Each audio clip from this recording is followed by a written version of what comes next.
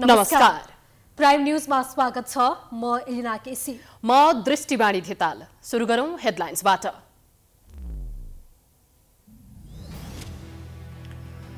25 दिनपछि पुरानै जिम्मेवारीमा फर्किए जनार्दन शर्मा। शपथ लगत्तै अर्थ मन्त्रालय पुगेर पदभार। एमाले भन्छ जनताको अपमान भयो, चुनावी एजेन्डा बन्छ। तत्कालीन प्रधान न्यायाधीश राणाले भवन निर्माण सम्बन्धी गरेको निर्णय अख्तियारले हेर्न नमिल्ने। अरबौं भ्रष्टाचारका मुद्दा अलपत्र। कामु प्रधान न्यायाधीश कार्कीको पत्र तामेलीमा। काठमाडौँमा एडिनो भाइरसको संक्रमण बढ्दै। बाल अस्पतालहरूमा दैनिक 1000 जनासम्म बिरामी। भर्ना गर्न सोर्स फोर्स लगाउनु पर्ने। सरसफाइमा ध्यान दिन आग्रह। महानगरका मेयरहरूको सम्मेलनले जारी गर्यो 7 बुँदे घोषणा पत्र। महानगरपालिकाका लागि छुट्टै ऐन जारी गर्न माग। फोहोर व्यवस्थापनमा साझा रूपमा जुझ्नुपर्ने निष्कर्ष। सहकारीकै शब्दकै बदनाम हुने गरी राजधानीमै एक सहकारीका सञ्चालक फरार। 2500 भन्दा बढीको बचत जोखिममा। 5.5 अर्ब रकम के हुने भन्ने अन्योल।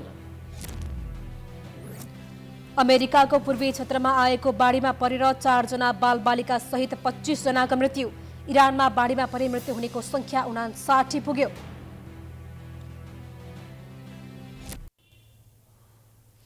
अब प्राइम न्यूज विस्तारमा।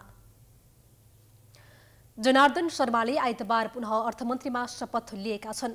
बजेट निर्माणको क्रममा अनधिकृत व्यक्तिलाई प्रवेश गराएर करको दर हेरफेर गरेको आरोप लागेपछि शर्माले असार 22 मा पदबाट राजीनामा दिएका थिए।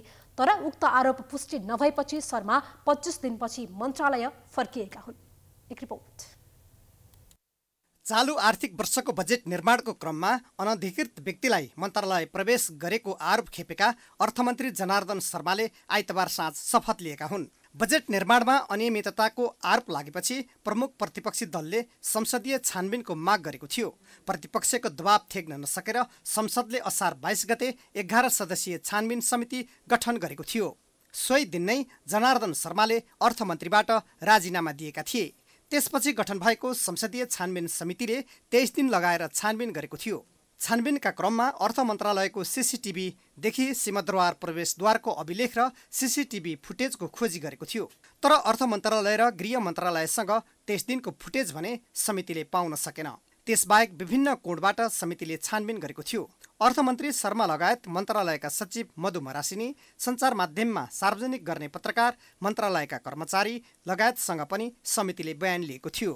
तर समितिले भने मन्त्री शर्मामाथि लागेको आरोप पुष्टि गर्ने कुनै प्रमाण भेटेन। छानबिन समितिमै भएका एमालेका सांसदहरूको असहमतिका बीच शुक्रबार सभामुख अग्नि सापकोटालाई समितिले प्रतिवेदन बुझायो।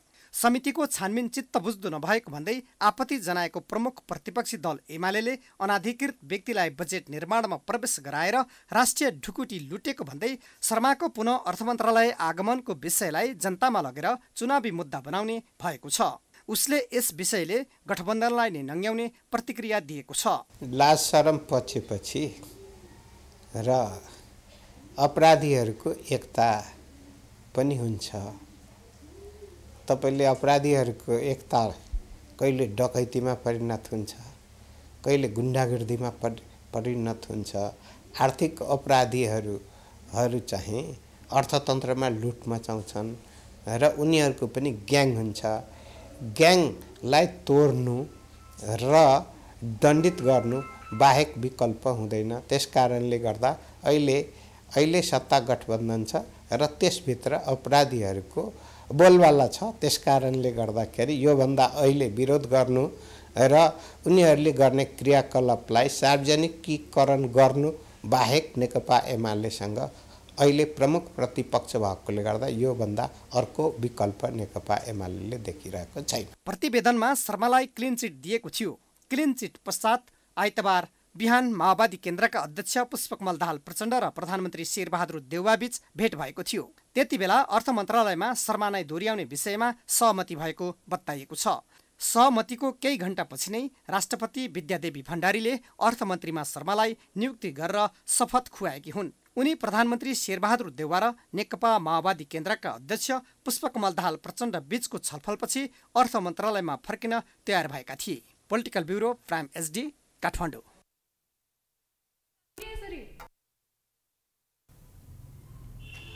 संसदको दुवै सदनले पारित गरेको नागरिकता सम्बन्धी विधेयक सभामुखले प्रमाणित गरेपछि राष्ट्रपति कार्यालय पछाइने भएको छ। विधेयकमा वैवाहिक अंगीकृत नागरिकता प्राप्त गर्न 7 वर्ष कुर्नुपर्ने प्रावधान हटाइएकोमा एमाले आपत्ति जनाएको छ। राष्ट्रपतिकोमा पुग्ने विधेयक तत्कालै प्रमाणीकरण हुनेमा भने कतिपयले आशंका पनि व्यक्त गरेका छन्। एक रिपोर्ट। नेपाल नागरिकता ऐन 2073लाई संशोधन गर्न बनेको विधेयक संसदको दुवै सदनले पास गरेसँगै सभामुख अग्नि सापकोटाले प्रमाणित गरेपछि प्रमाणीकरणका लागि राष्ट्रपति कार्यालय पठाइने भएको छ। प्रमुख प्रतिपक्षी दल नेकपा एमाले विधेयकका कतिपय प्रावधानप्रति विमति जनाएको छ। उसले विधेयकमा वैवाहिक अंगीकृतको आधारमा नागरिकता पाउन 7 वर्ष कुर्नुपर्ने प्रावधान नराखेकोमा आपत्ति जनाउँदै आएको छ। वैवाहिक अंगीकृत नागरिकको हकमा कुरो के हो भने हाम्रा चेलीहरू यदि बिहा गरेर अर्को देशमा जानुभयो भने, छिमेकी मित्र राष्ट्र भारतमा जानुभयो भने त्यहाँ नागरिकताको सिफारिस लिनै 7 वर्ष कुर्नुपर्छ। त्यत्रो वर्ष चाहिँ त्यहाँ रोजगारी लगायतका अरू थुप्रै चिजबाट अवसरबाट वञ्चित हुनुपर्ने अवस्था हाम्रा चेलीहरूले खेपिरहनु भएको छ। अनि हामी चाहिँ उताबाट बिहा गरेर आउनेहरूलाई आज आउने, भोलि सिफारिस दिने, पर्सि नागरिकता लिने अनि अर्को दिन फेरि जनप्रतिनिधि उठ्न पाउने टाइपको खुला व्यवस्था गऱ्यौँ भने यत्रो ठुलो खुला सिमाना छ र बारम्बार हामी माथि अनेक किसिमका चाहिँ नि हस्तक्षेपहरू भइरहेका छन्। यस्तो बेलामा यो 7 वर्षे प्रावधान चाहिँ हामीले हटाएर भोलिपल्टै दिन पाउने खालको व्यवस्था हामीले गऱ्यौँ भने त्यो दुःखद। त्यसो भएको हुनाले 7 वर्षे त्यो प्रावधान चाहिँ राख्नुपर्छ भन्ने पक्षमा एमाले छौँ। 7 वर्षे प्रावधानलाई हटाएर परिमार्जन सहित तयार गरेको विधेयक राष्ट्रपतिले प्रमाणीकरण गरेपछि कानुनी मान्यता पाउनेछ। तर विधेयकका बारेमा प्रमुख प्रतिपक्षी दल एमाले 7 वर्षे प्रावधानको विषय ल्याएर बखेडा झिक्न नहुने भन्नेहरू पनि छन्। गलत नागरिकता लिएको छ भने लिनेलाई र दिनेलाई दुईटैले कारबाही हुनुपर्छ नि त। त्यो नगर्ने हैन, त्यतातिर नजाने हैन, अहिलेसम्म दिनेलाई कारबाही भएको छ किन भएको छैन? अनि दिनेले त पैसाको भरमा त दिएकै छ नि त, अहिले पनि दिएको छ। जोसँग पैसा छ त्यसले त नागरिकता पाइरहेछ। हो, कसले नागरिकता पाइरहेछ नि? जो यहाँको धरती पुत्र छ, जसलाई पैसा पनि छैन, जसको एप्रोच पनि छैन, जसलाई कसैले लिएर एसडिओ कार्यालय जान सक्दैन, त्यसले चाहिँ पाएको अवस्था छैन हैन। त्यसले गर्दा यो कुरामा मतलब कन्जर्भेटिभ हुनु भनेको यो राष्ट्रसँगको गद्दारी हो। नेपाली केटाले विदेशी केटीसँग विवाह गरेर ल्याएको अवस्थामा 7 वर्ष पछाडि मात्र नागरिकता दिने व्यवस्था नराखिकन नागरिकता विधेयक संसदले पारित गरेको प्रति राष्ट्रपति भण्डारी पनि सन्तुष्ट नभएको बताइन्छ। राष्ट्रपतिले 15 दिनभित्र विधेयक परिमार्जन गर्न सुझावसहित विधेयक संसदमा फिर्ता गर्न सक्ने कानुनी व्यवस्था छ। त्यसपछि विधेयक प्रमाणीकरण गर्नुपर्ने बाध्यात्मक व्यवस्था आउँछ। तर विधेयक राष्ट्रपतिले प्रमाणीकरण नगरे महाअभियोग लगाउने अधिकार संसदमा सुरक्षित रहेको वरिष्ठ अधिवक्ता समेत रहेका माओवादी केन्द्रका नेता रामनारायण बिडारीको भनाइ छ। प्रमाणीकरण गर्नै पर्छ, अनिवार्य छ। यदि त्यस्तो भएन भने राष्ट्रपति उप पनि संविधान अनुसार कानुनी उपचार हुन्छ। कानुनी कुरा गरे मैले, उपचार गर्छन् कि गर्दैनन् कि त्यो त मलाई थाहा छैन। राष्ट्रपतिलाई पनि कार्यक्षमताको अभाव भनेर हाम्रो संविधान अनुसार संसदमा 2/3ले कारबाही गर्छ। केही दिन अघि सम्पादक प्रकाशकहरूसँगको भेटमा राष्ट्रपति भण्डारीले अप्रत्यक्ष रूपमा नागरिकता विधेयकको बारेमा असन्तुष्टि राखेकी थिइन्। त्यसै विषयलाई आधार मानेर कतिपयले विधेयक राष्ट्रपतिले तत्कालै प्रमाणीकरण गर्नेमा आशंका पनि व्यक्त गरेका छन्। 2075 साल साउन 22 गते संसदमा दर्ता भएको नागरिकता विधेयक संसदको राज्य व्यवस्था तथा सुशासन समितिले मुख्य बुँदा यथावत राखेर 2077 असार 7 गते पारित गरेको थियो। विधेयकमा अधिकांश सदस्यले नेपाली केटोसँग विवाह गरेकी विदेशी युवतीले विवाह गरेको 7 वर्षपछि मात्रै नागरिकता दिन सक्ने प्रावधानसहित विधेयक समितिले पारित गरेको थियो। तर यो प्रावधान हटाउँदै सरकारले नयाँ विधेयक संसदको दुवै सदनबाट पारित गरेको छ।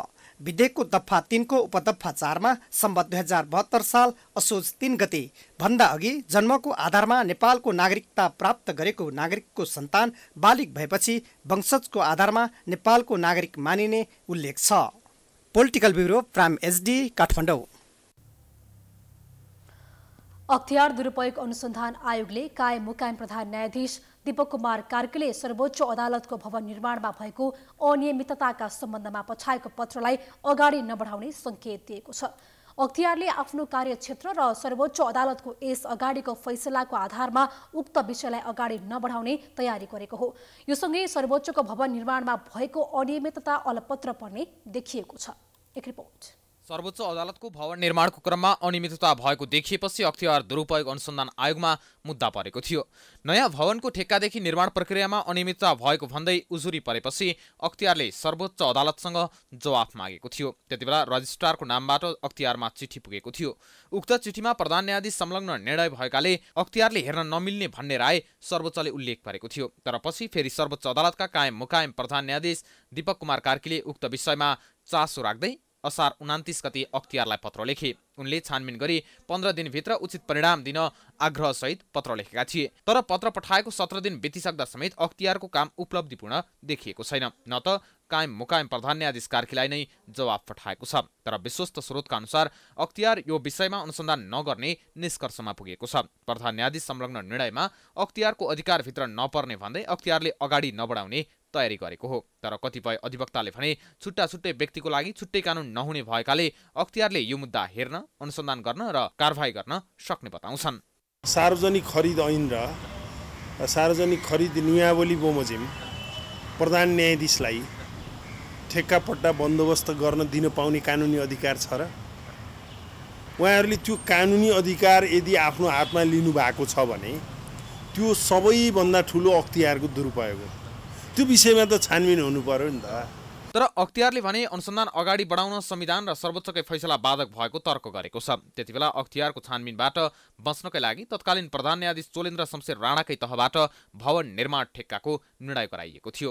सुरुमा मन्त्री परिषदबाट निर्णय गराउने प्रयास भए पनि त्यहाँबाट फाइल फिर्ता भएपछि भवन निर्माण सम्बन्धी निर्णयमा प्रधान न्यायाधीशको हस्ताक्षर गरिएको थियो। जुन विषय रजिस्ट्रार नारायण प्रसाद पन्थीले अख्तियारमा पठाएको पत्रमा नै उल्लेख गरिएको छ। प्रधान न्यायाधीशबाट भएको निर्णयको विषयमा संवैधानिक परिषद वा संसदको छुट्टै समिति बाहेक कुनै पनि निकायबाट छानबिन हुन नसक्ने संवैधानिक व्यवस्था रहेको समेत पत्रमा लेखिएको छ। त्यसबाहेक यो अनियमितताको विषयमा अख्तियारले छानबिन गर्न नमिल्ने अर्को आधार सर्वोच्च अदालतको यस अगाडिको फैसला नै हो। बालुवाटार स्थित ललिता निवास जग्गा अनियमितता प्रकरणमा मुछिएका न्यायाधीश विनोद कुमार गौतमको सन्दर्भमा सर्वोच्च अदालतका न्यायाधीशद्वय डाक्टर आनन्द मोहन भट्टराई र बमकुमार श्रेष्ठको संयुक्त इजलासबाट भएको व्याख्यात्मक फैसलाले अख्तियारलाई यो विषयबाट टाढा रहन बाध्यता छ। 2078 फागुन 12 गते गरिएको उक्त फैसलाको पूर्णपाठमा न्यायाधीशले भ्रष्टाचार गरेमा अनुसन्धान र कारबाही गर्न संविधानले अख्तियार दुरुपयोग अनुसन्धान आयोगलाई अधिकार नदिएको उल्लेख गरिएको छ। सर्वोच्च अदालत बाहेक अरू तहका न्यायाधीशमाथि छानबिन गर्ने अधिकार पनि न्याय परिषदलाई मात्र रहेको उल्लेख गरिएको छ। न्यायाधीशले भ्रष्टाचार गरेमा अनुसन्धान र कारबाही गर्न संविधानले न्याय परिषदलाई अधिकार दिएको भन्दै सर्वोच्च अदालतले त्यसैका लागि न्याय परिषद ऐन 2073 मा विस्तृत व्यवस्था गरिएको कुरा उक्त फैसलामा उल्लेख गरिएको छ। यी दुई विषयलाई नै आधार मानेर अख्तियार यस प्रक्रिया अगाडि नबढाउने निष्कर्षमा पुगेको बुझिएको छ। 2 साता यता काठमाडौँ उपत्यकामा बालबालिकामा एडिनो भाइरसको संक्रमण बढ्दै गएको छ। बालबालिकालाई ज्वरोले सताएको भन्दै अस्पताल तथा निजी क्लिनिकमा पुग्ने अभिभावकको भिड बढ्दो छ। कान्तिबाल अस्पतालमा मात्रै दैनिक 1000 भन्दा बढी बालबालिका यस्तो समस्या लिएर आउने गरेका छन्। एक रिपोर्ट।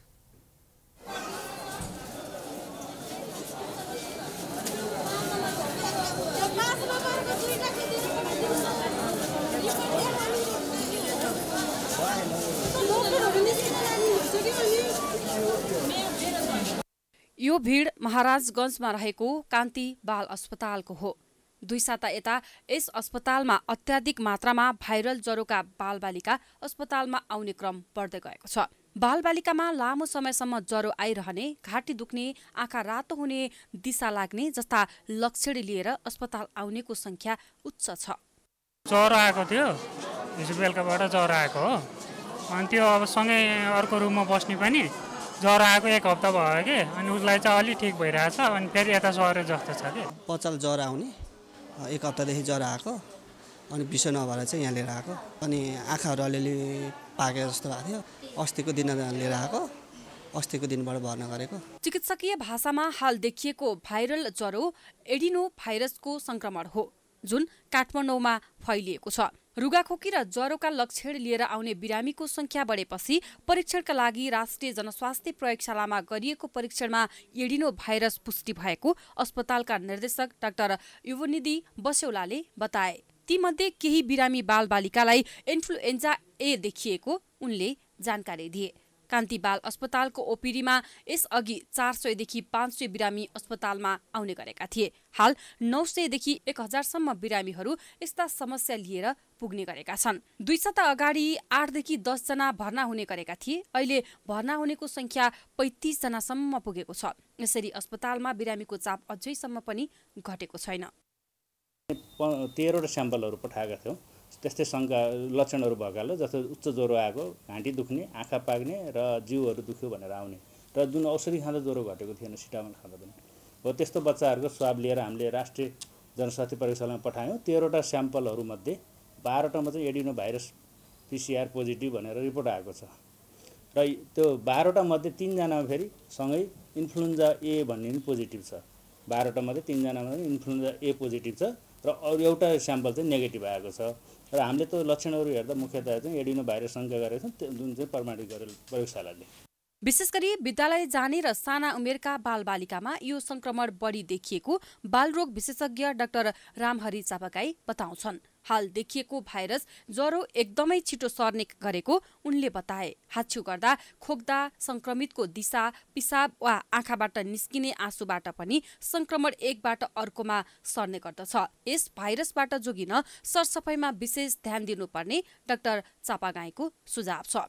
ज्वरो चाहिँ अलि हाई ग्रेड ल्याउँछ, 2-3 डिग्री 102 103 ज्वरो ल्याउँछ, रुगाखोकी लाग्छ। त्यो सँगसँगै टाउको दुख्ने, आँखा रातो हुने, खान मन नलाग्ने, पेट दुख्ने, दिशा पातलो हुने र कसैलाई पिसाब पोल्ने, पिसाबको समस्या पनि ल्याउँछ। यो सर्दाखेरि चाहिँ तपाईको सिधै श्वास प्रश्वासबाट भनेको हाच्छिउँ गर्दा हैन त्यस्तो गर्दा सिधै श्वास प्रश्वासबाट सर्छ। अर्को चाहिँ डाइरेक्ट कन्ट्याक्ट भनेको बालबालिकाहरूले नाक कोट्याए, मुखमा केही कुरा मुखमा हात हाले, त्यसैले खानेकुरा अर्काले खायो, त्यही खानाबाट यसरी डाइरेक्ट कन्ट्याक्टबाट सर्छ। ड्रपलेट र डाइरेक्ट कन्ट्याक्ट गरेर दुईटा विधि हो।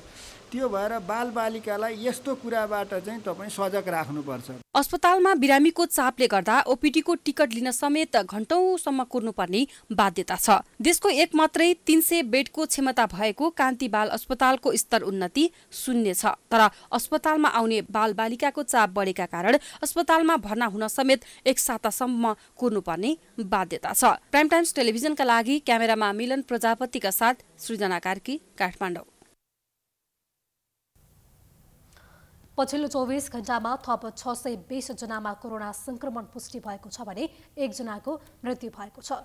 स्वास्थ्य तथा जनसङ्ख्या मन्त्रालयका अनुसार 5846 जनाको परीक्षणमा 620 जनामा संक्रमण पुष्टि भएको हो, जसमध्ये 2651 जनाको PCR परीक्षण गर्दा 496 जना र 3195 जनाको एन्टिजन परीक्षण गर्दा 124 जनामा संक्रमण देखिएको मन्त्रालयको भनाइ छ। यो सँगै कोरोना भाइरसको सक्रिय संक्रमितको संख्या 4567 पुगेको छ, जसमध्ये 4424 जना होम आइसोलेसनमा रहेका छन् भने 143 जना संस्थागत आइसोलेसन र 33 जना आइसियुमा रहेका छन्। यस्तै 5 जनाको भेन्टिलेटरमा राखेर उपचार भइरहेको मन्त्रालयले जनाएको छ। आइतबार थपिएसँगै नेपालमा कोरोना संक्रमितको कुल संख्या 11,29,229 पुगेको छ। पछिल्लो 24 घण्टामा 297 जना संक्रमण मुक्त भएका छन्।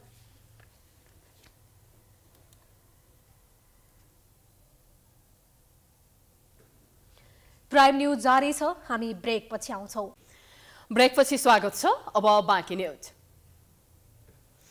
6 महानगरपालिकाका प्रमुखहरूले संघीय संसदबाट महानगरपालिकाहरूका लागि छुट्टै ऐन जारी गर्न माग गरेका छन्। पोखरामा आयोजित महानगरपालिकाका मेयरहरूको बैठकपछि आज संयुक्त घोषणा पत्र सार्वजनिक गर्दै महानगरपालिकाका लागि छुट्टै ऐन माग गरेका हुन्।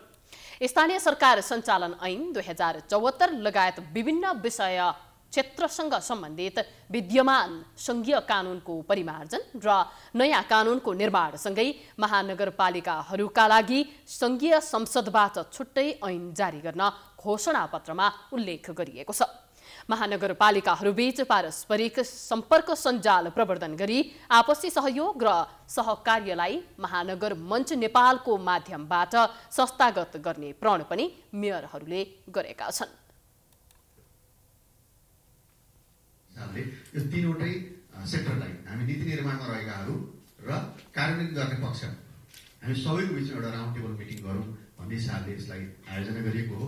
यसमा के छलफलहरू भयो र के निष्कर्ष निकालियो हामीले पोखरा घोषणापत्र जारी गरेका छौँ। त्यस्तै संघीय तथा प्रदेश सरकारले अपनाएको व्यवस्था बमोजिम आवश्यक कानुनी प्रबन्ध गरी सबै महानगरको संगठन संरचनामा उपयुक्त संस्थागत व्यवस्था गर्ने घोषणापत्रमा उल्लेख छ। संयुक्त घोषणापत्रमा काठमाडौँ, ललितपुर, चितवन, बैरगञ्ज, विराटनगर र पोखरा महानगरपालिकाका मेयरहरूले हस्ताक्षर गरेका छन्। काठमाडौँ महानगरमा बालेन शाहको विजय राजनीतिको एउटा बिम्ब बन्यो। परम्परागत दलहरूप्रति जनताको वितृष्णाको रूपमा बालेन विजयलाई अर्थ लगाइयो। तर बिहारीले दिनको संकेत गर्छ भने जस्तै बालेन शाहको 60 दिनको कामले बालेन विजयलाई न्याय गरेन कि भनेर टिप्पणी पनि हुने गरेको छ। एक रिपोर्ट। बालेन्द्र शाह अर्थात् बालेन शाह इन्जिनियर र्यापरको रूपमा स्थापित भइसकेका थिए। काठमाडौँ महानगरको विकासलाई उनले 5 वर्ष अघिदेखि नै सूक्ष्म रूपमा विश्लेषण गर्दै आएका थिए। अन्ततः उनी स्वतन्त्र रूपमा निर्वाचनमा होमिएर परम्परागत दलहरूलाई धक्का दिँदै मेयर बने। उनी बालेनले जेठ 16 गते काठमाडौँ महानगरपालिकाको प्रमुख पद बहाली गरेका थिए। पद बहाली गरेसँगै कार्यपालिकाको बैठक लाइभ गर्ने उनको पहिलो निर्णय थियो। पद बहाली गर्दै गर्दा उनले भनेका थिए 2-4 दिन अघि नै हामीले खादा, माला, अन्तर्वार्ता र सेलिब्रेसनहरू फोहोरको व्यवस्थापन नभएसम्म नगर्ने भनेका छौँ। फोहोर व्यवस्थापन नहुन्जेल अरू काम गर्दैनौँ। फोहोर व्यवस्थापन हाम्रो पहिलो प्राथमिकता हो। तर परिणाम हेर्ने हो भने अहिले काठमाडौँ फोहोर माण्डु जस्तै भएको छ। अहिले नियमित उठिरहेको फोहोर पनि उठ्न सकेको छैन। हेर्नुहोस् फोहोरले भरिएको काठमाडौँ महानगरपालिकाको यो हविगत।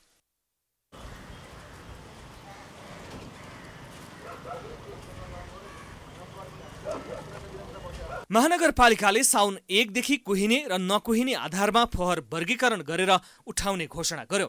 तर सो योजना कार्यान्वयन हुन सकेन। शाहले कुहिने फोहोरलाई मल बनाउने भन्दै टेकु स्थित महानगरको वातावरणमा ठूलो परिमाणमा फोहोर जम्मा गरे।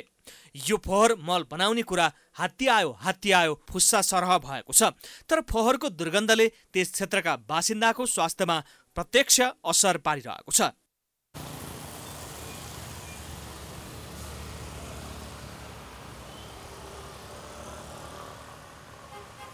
अहिले नगर प्रमुख शाहले हतारमा घोषणा गर्ने तर कार्यान्वयनको पक्षमा ध्यान नपुर्याउने भन्दै आलोचना भइरहेको छ।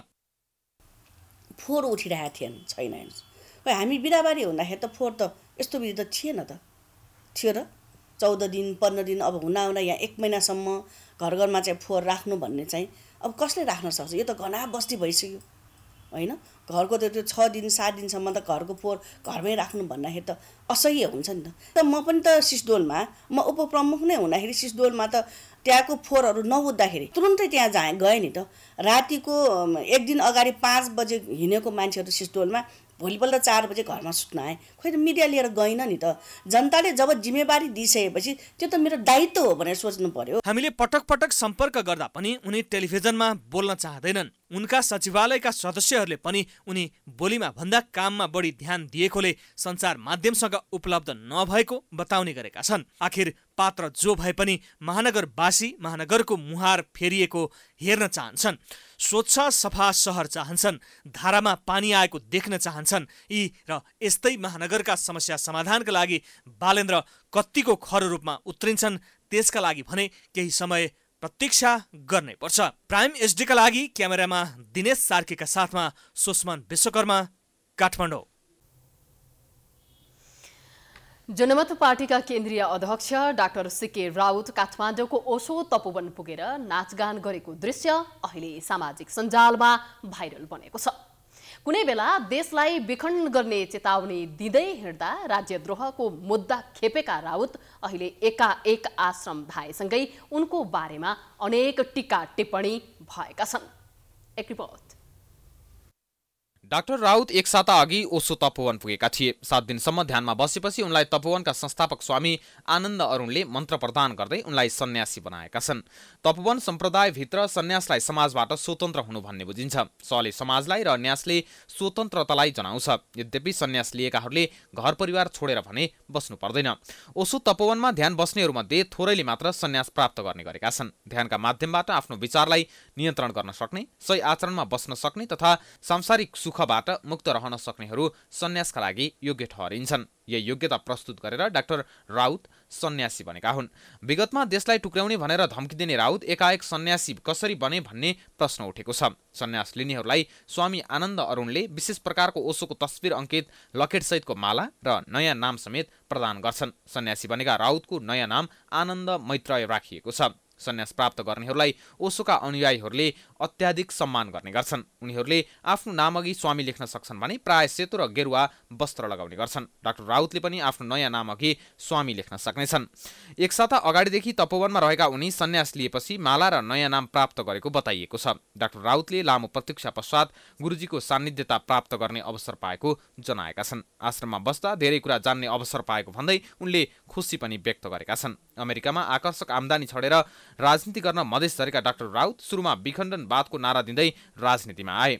मधेसमा छुट्टै सैन्य बल गठन गरी विद्रोहको नेतृत्व गरेका उनी पटक पटक जेल परे। तर त्यो बाटो गलत भएको ठहर सहित केपी शर्मा ओली नेतृत्वको सरकारको पालामा उनी शान्तिपूर्ण राजनीतिमा आए। त्यसको केही महिनापछि स्वामी आनन्द आत्रेय बन्न सफल भए। अब उनको राजनीतिक यात्रा कसरी अघि बढ्छ त्यो भने भविष्यले नै देखाउनेछ।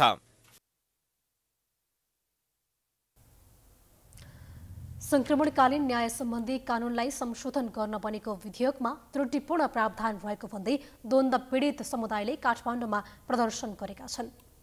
उक्त विधेयकमा पीडकलाई उन्मुक्ति दिने प्रावधान रहेको भन्दै पीडितलाई न्याय हुने गरी कानून बनाउनु पर्ने उनीहरूको माग छ। काठमाडौँको माइतीघरमा नेपाल माओवादी पीडित संघ, द्वन्द्व पीडित समुदाय र नागरिक समाजले गरेको प्रदर्शनमा सहभागीहरूले ऐन संशोधन प्रक्रियामा पीडितहरूसँग सार्थक परामर्श गर दण्डहीनतालाई प्रश्रय दिने विधेयक स्वीकार्य छैन। विधेयकका त्रुटिपूर्ण प्रावधानहरू खारेज गर्न लगायतका प्ले कार्ड प्रदर्शन गरेका थिए। नयाँ कानूनले आफूहरू थप पीडामा पर्ने भएकाले विरोध गर्नु परेको उनीहरूको भनाइ छ।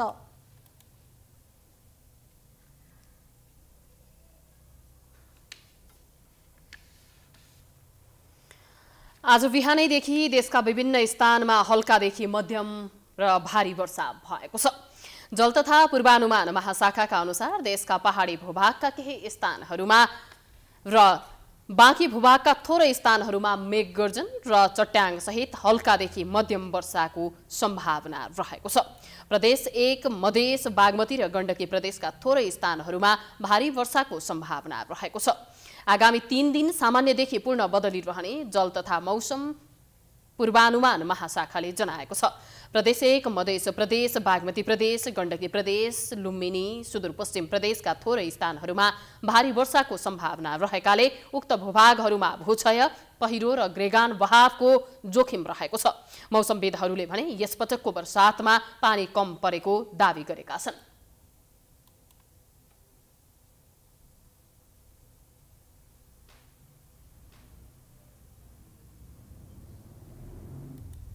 हाम्रो नेपालमा वर्षा हुँदाखेरि तराईमा भन्नुभयो, तराईमा भन्दा अलिकति चुरे रेन्जमा त्योभन्दा अझ माथि चाहिँ मध्य पहाडी क्षेत्रमा चाहिँ बढी पानी पर्छ। जस्तै नेपालको पानी धेरै पर्ने क्षेत्र कुन हो भनेर हेऱ्यो भने हामीले पोखरा, लुम्ले एरिया अनि पूर्वको चाहिँ नुम, मकालु बरुण एरिया, त्यो एरियामा चाहिँ धेरै पानी पर्छ। तर यो पालि चाहिँ तराईमा कम पानी परेकै हो फेरि हैन, कुनै ठाउँमा चाहिँ एकदमै धेरै पनि परेको छ। अनि हामीले यो सब सिजनल फोरकास्ट भन्छ 3-4 महिना अगाडि गरेको जुन प्रक्षेपण थियो त्यो चाहिँ मिलेको छैन। जुलाई चाहिँ सबभन्दा बढी पानी पर्ने महिना हो नेपालको उसमा, तर यो पालि जुलाईमा धेरै नै कम पानी पर्यो। साथै नदीनाला तथा खहरे खोलाहरूमा पानीको सतह बढ्न सक्ने र दैनिक जनजीवन र यातायात क्षेत्र समेत प्रभावित हुन सक्ने भएकाले सतर्कता अपनाउनु पर्ने महाशाखाले जनाएको छ।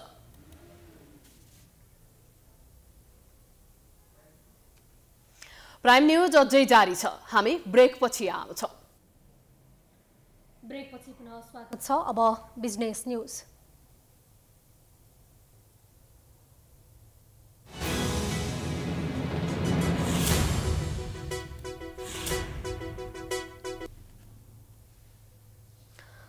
सहकारी शब्दकै बदनाम हुने गरी राजधानीकै एक सहकारीका सञ्चालक फरार भए पनि 2500 भन्दा बढी बचतकर्ताको बचत जोखिममा परेको छ। एकै व्यक्तिको 7 करोड भन्दा बढी रकम रहेको सहकारीको सञ्चालक बेपत्ता भएपछि बचतकर्ताले सहकारी विभागमा उजुरी दिएका छन्। एक रिपोर्ट।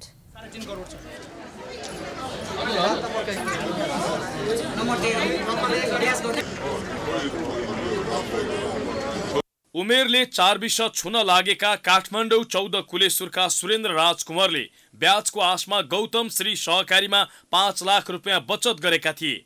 बुढेसकालमा त्यही पैसाले फलफुल र औषधि खाउला भन्ने सोचेका थिए, तर ब्याज त परको कुरा साउ समेत लिएर सहकारी सञ्चालक फरार भएका छन्।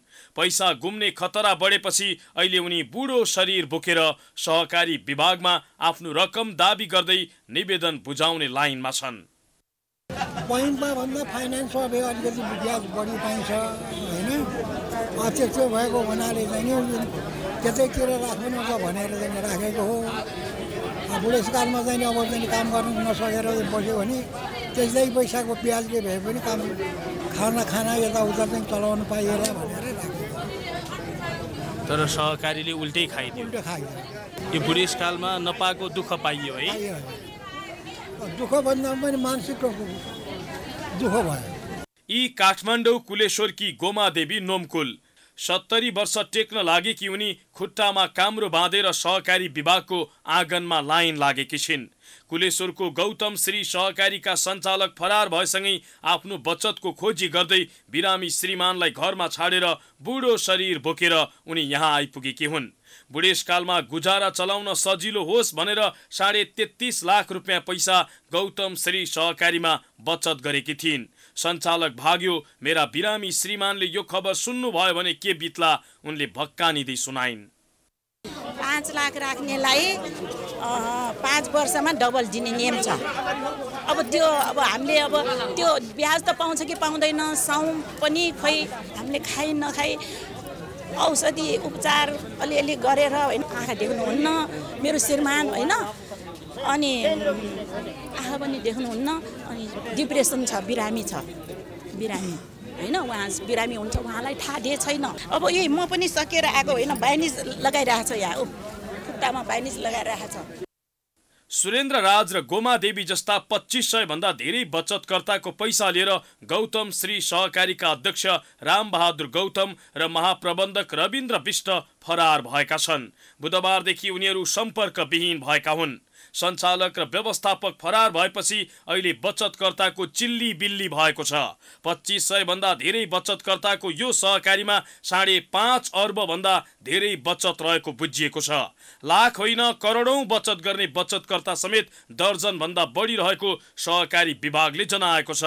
विभागका अनुसार 2-4 करोड बचत गर्ने थुप्रै भएको र एक परिवारको 7 करोड रुपियाँसम्म रहेको उजुरी प्राप्त भएको छ।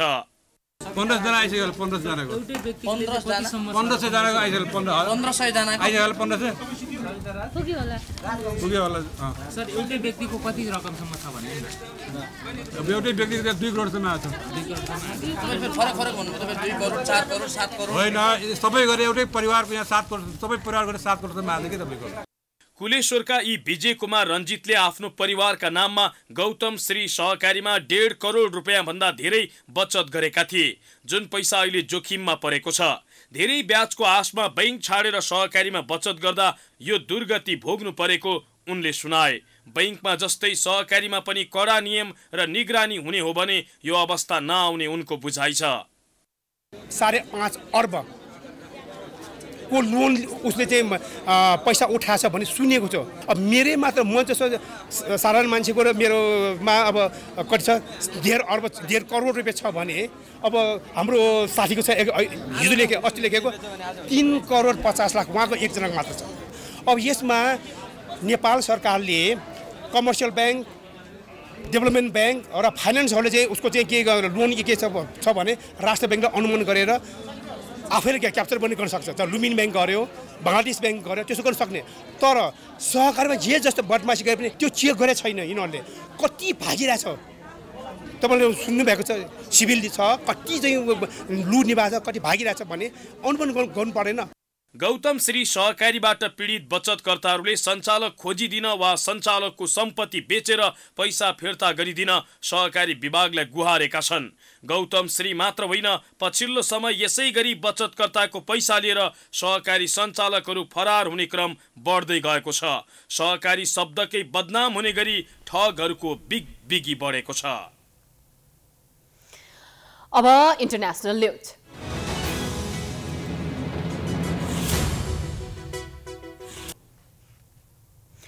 अमेरिकाको पूर्वी केन्टकीमा आएको बाढीमा परेर एकै परिवारका 4 जना बालबालिका सहित 25 जनाको मृत्यु भएको छ। बाढीमा परि 12 जना भन्दा बढी बेपत्ता भएका छन्। केही क्षेत्रमा सहायताकर्मी पुग्न सक्ने अवस्था नरहेकाले मृतकको संख्या अझै बढ्न सक्ने अनुमान गरिएको छ। बाढीका कारण बिजुली आपूर्तिमा समेत अवरोध हुँदा शनिबार बिहानसम्म राज्यभरका 16,000 ग्राहक बिजुली विहीन भएका छन्। बाढीले वेस्ट भर्जिनिया र भर्जिनियाका केही भागमा पनि असर गरेको छ। पूर्वी केन्टकीका केही क्षेत्रमा आइतबार पनि बाढीको चेतावनी दिइएको छ। मौसम पूर्वानुमान सेवाले उक्त क्षेत्रका नदीनालामा जलसतह बढ्ने अनुमान गरेका छन्। इरानमा अघिल्लो सातादेखि परेको अविरल वर्षासँगै आएको बाढीमा परि मृत्यु हुनेको संख्या 59 पुगेको छ। बाढीमा परेर अन्य 30 जना बेपत्ता भएका छन्। थुप्रै शहर प्रभावित हुँदा 1000 बढीलाई सुरक्षित स्थानमा स्थानान्तरण समेत गरिएको जनाइएको छ। करिब 1000 को उद्धार गरिएको अधिकारीहरूले बताएका छन्। राष्ट्रपति इब्राहिम राइसीले मन्त्री एवं अधिकारीहरूलाई सम्भावित बाढीबाट जनधनको सुरक्षाका निमित्त उपलब्ध स्रोत साधन परिचालन गर्न निर्देशन समेत दिएका छन्।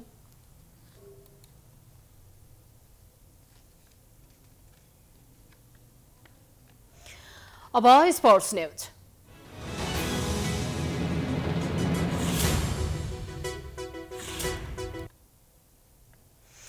साफ अन्डर 20 च्याम्पियनशिप फुटबल अन्तर्गत नेपालले तेस्रो खेलमा अहिले साबिक विजेता भारतको सामना गरिरहेको छ। युवा तथा खेलकुद मन्त्री महेश्वर गहतराज 9 राष्ट्रिय खेलकुद प्रतियोगिताको तयारीलाई तीव्र बनाउन निर्देशन दिएका छन्। काठमाडौँमा आज भएको राष्ट्रिय खेलकुद परिषदको कार्यक्रममा बोल्दै मन्त्री गहतराजले प्रदेशको तयारी अब अघि बढाउन सबै प्रदेशका मन्त्री तथा सदस्य सचिवलाई आग्रह समेत गरेका छन्। उनीले निर्धारित मितिमै प्रतियोगिता सञ्चालनका लागि हरेक दिन छलफल तथा अन्तर्क्रिया गरिरहेको जानकारी दिए। यस वर्षको सम्पूर्ण कार्ययोजनालाई टेन्टेटिभ रूपमा अगाडि बढाउने एउटा आधार र सैद्धान्तिक छलफल समेत गर्नुपर्ने अवस्था हुन्छ। त्यसो गर्दाखेरि हाम्रो पहिलो त्रैमासिक, दोस्रो त्रैमासिक र त्यसपछि तेस्रो त्रैमासिकदेखि जुन हाम्रो एक्सन प्लान, प्रतिफल उन्मुख एक्सन प्लान हो, त्यो काम पनि अगाडि बढ्न सक्ने आधार तयार हुन्छ भन्ने सोचका साथ पनि यो बैठकको आयोजना गरिएको छ। कोरोना महामारी र पछिल्लो पटक स्थानीय तह निर्वाचनका कारण पटक पटक मिति सर्दै आएको राष्ट्रिय खेलकुद आगामी असोज 28 देखि कार्तिक 3 गतेसम्म गण्डकी प्रदेश र मुख्य गरी पोखरामा आयोजना हुने निश्चित भएपछि तयारीका काम अघि बढाइएको छ।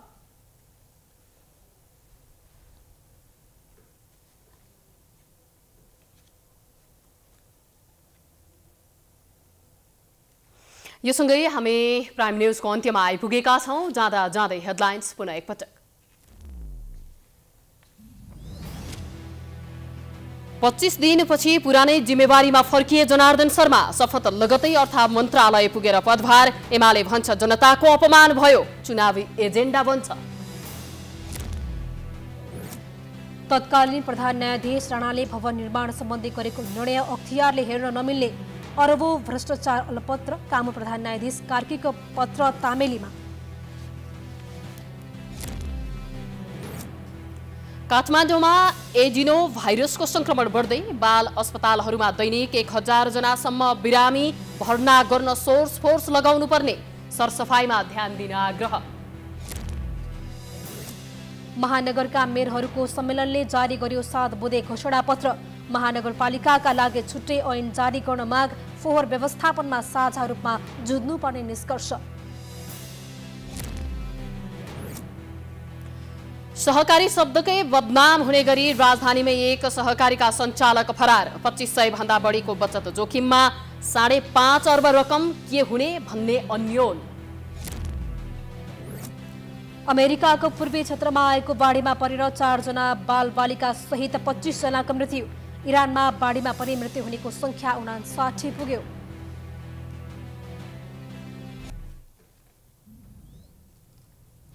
प्राइम न्यूज अहिलेलाई सकियो। यसपछिको प्रस्तुति जनता जान्न चाहन्छन् ऋषि धमलाको साथमा। हेर्दै गर्नुहोला प्राइम टाइम्स। नमस्कार।